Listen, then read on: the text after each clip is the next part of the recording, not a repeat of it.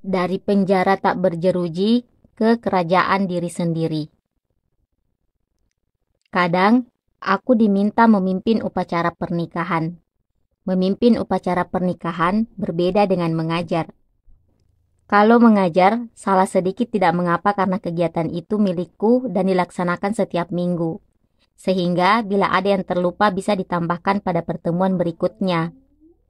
Sebaliknya, upacara pernikahan bukan milikku, sehingga tidak boleh salah dan tidak ada kata berikutnya karena acara ini hanya dilaksanakan satu kali selama hidup mereka.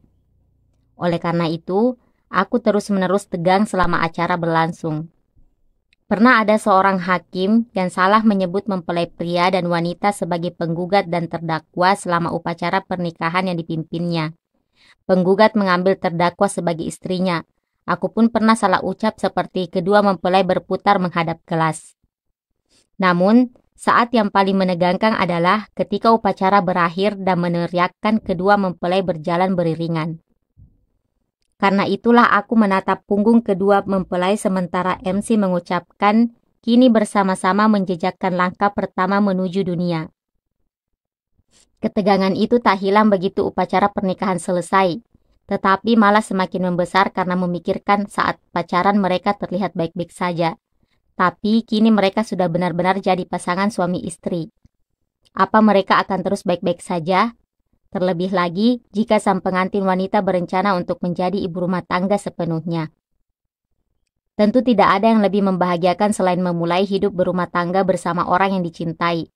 Menjadi ibu rumah tangga berarti bisa melakukan hal yang membahagiakan itu sepanjang waktu dan setiap hari. Betapa menyenangkan. Namun, yang membuatku khawatir adalah besarnya perubahan yang harus diterima bila menjadi seorang ibu rumah tangga. Masuk ke dunia baru yang tak pernah terbayangkan sebelumnya dan tak bisa dibandingkan dengan ketika masih gadis. Wanita ataupun pria yang pernah menjalani kehidupan sosial akan memiliki tambahan peran sebagai seorang pasangan sambil tetap mempertahankan sifat aslinya ketika lajang walaupun sudah menikah. Kehidupan sosial adalah separuh hidup yang tersisa. Namun, bagi ibu rumah tangga, tidak sedikit hal yang akan terputus dengan kehidupan semasa lajangnya. Orang yang ditemui, nilai yang dikejar, dan target yang diminatinya akan berubah secara signifikan. Seluruh hidupnya akan berubah. Istriku pun demikian. Ketika menikah, dia melepaskan pekerjaan yang telah digelutinya sejak lulus kuliah. Lalu, tak lama kemudian, dia memulai kehidupan di tempat asing. Bahkan harus mengalami kesulitan berkomunikasi dengan warga sekitar demi mengikutiku bersekolah di sana. Awalnya, kami berencana belajar bersama-sama, tetapi harus terhenti karena dia hamil anak pertama kami. Dia bahkan tidak mampu keluar rumah karena morning sickness-nya cukup parah. Dengan menikah, dia harus menghadapi hidup yang sama sekali berbeda dengan ketika dia masih gadis. Saat itu, aku mungkin adalah seorang suami sekaligus sipir penjara baginya. Bagi seorang istri, keluarga bagaikan sebuah pulau. Bisa menjadi sebuah istana, bisa juga menjadi sebuah penjara tanpa jeruji. Ketenangan dan keterasingan dialami dalam satu waktu. Ibu rumah tangga masa kini bisa sering keluar rumah dan sudah banyak tersedia alat komunikasi seperti komputer dan ponsel. Sehingga mungkin ada juga yang mempertanyakan apa itu keterasingan. Namun, keterasingan ini adalah masalah psikologis.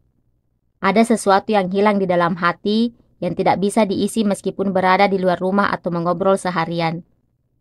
Rasa yang hilang ini datang dari perubahan arti keberadaan dari seorang pribadi menjadi seorang istri. Namun masalahnya, arti keberadaan istri ini tidak bisa dicari sendirian, tetapi baru lengkap dengan bergantung pada anggota keluarga lain. Dengan kata lain, pencapaian seorang istri terletak pada seberapa sukses suaminya, seberapa pintar anak-anaknya, atau seberapa kaya dan harmonis keluarganya. Bukan sebuah masalah yang akan selesai bila seorang istri berusaha sendirian. Harus menggantungkan karakter diri pada orang lain adalah hal yang mengkhawatirkan. Ketika hal-hal seperti ini menjadi standar mutlak untuk mengukur nilai seorang istri, maka akan tercipta krisis ketidakmampuan menentukan kebahagiaan diri sendiri. Ibu rumah tangga dengan keseharian seperti ini akan tersesat di antara hasrat yang tak terpuaskan dan tekanan yang sulit dilawan. Ibu rumah tangga pun semakin lama semakin jauh dari namanya yang dapat dikatakan sebagai jati dirinya. Dia kini dipanggil si istri A, ibu si B, atau menantu si C.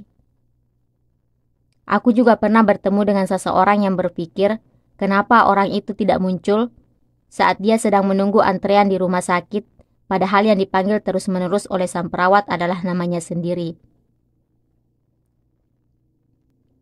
Hal pertama yang dilakukan oleh playboy saat merayu seorang wanita yang sudah menikah adalah menyebut namanya.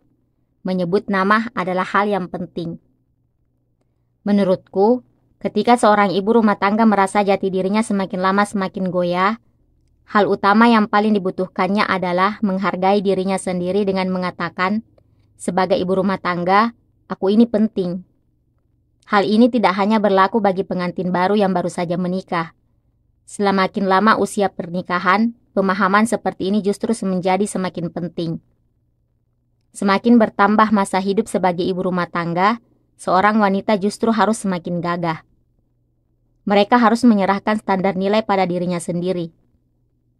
Misalnya, seorang ibu rumah tangga dikatakan lebih berguna daripada ibu yang bekerja bukan ketika anaknya lebih pintar, melainkan ketika dirinya sendiri merasa puas bisa memberikan lebih banyak cinta yang tidak mungkin bisa diberikan oleh orang lain.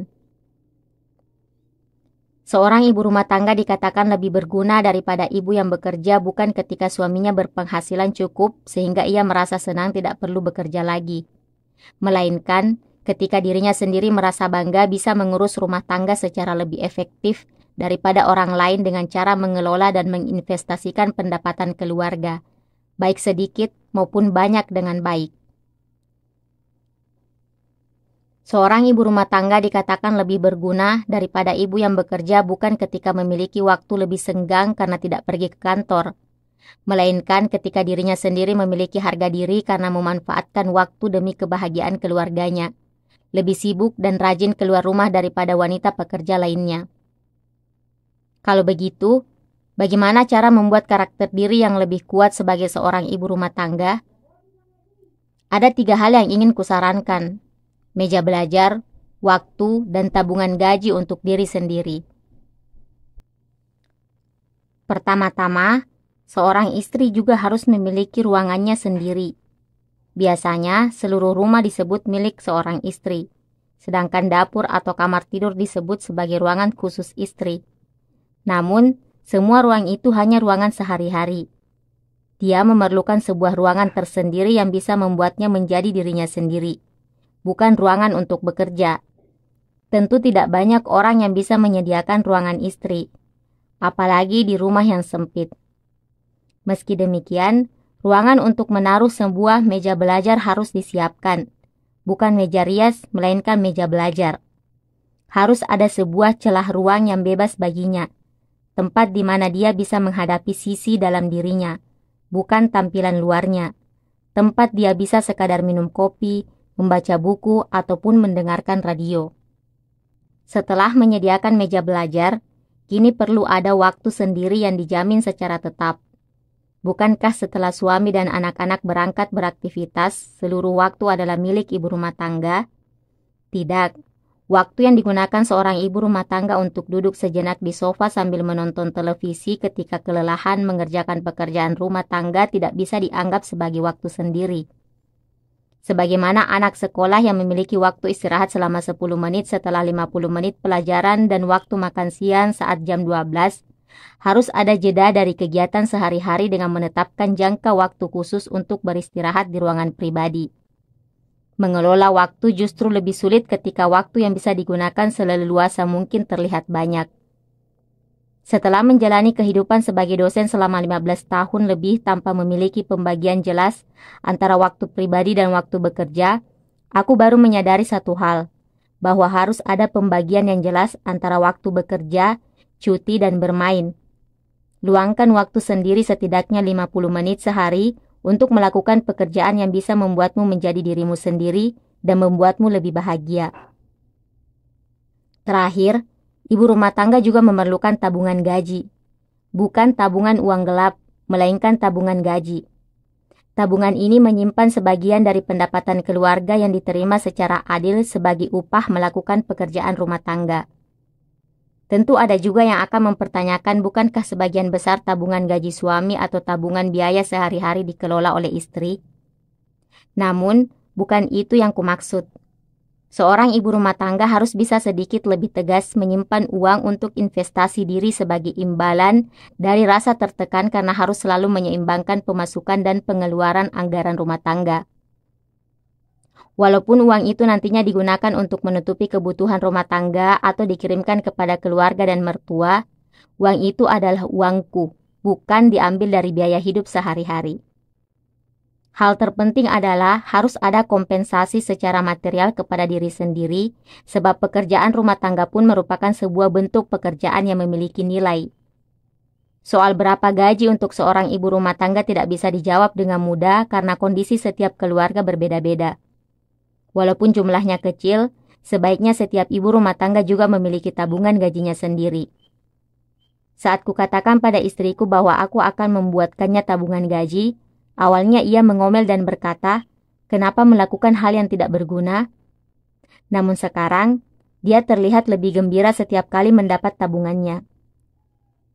Jadi, para suami, bila merasa berterima kasih kepada istri kalian, jangan hanya mengucapkannya di bibir, tetapi buktikan dengan memberinya tabungan. Meski demikian, semua usaha ini hanya akan menjadi istana pasir bila ibu rumah tangga itu sendiri tidak menikmatinya. Mereka harus keluar dari pulau hati. Mereka harus bertemu dengan berbagai orang melebihi hubungan antar personal para pegawai kantoran.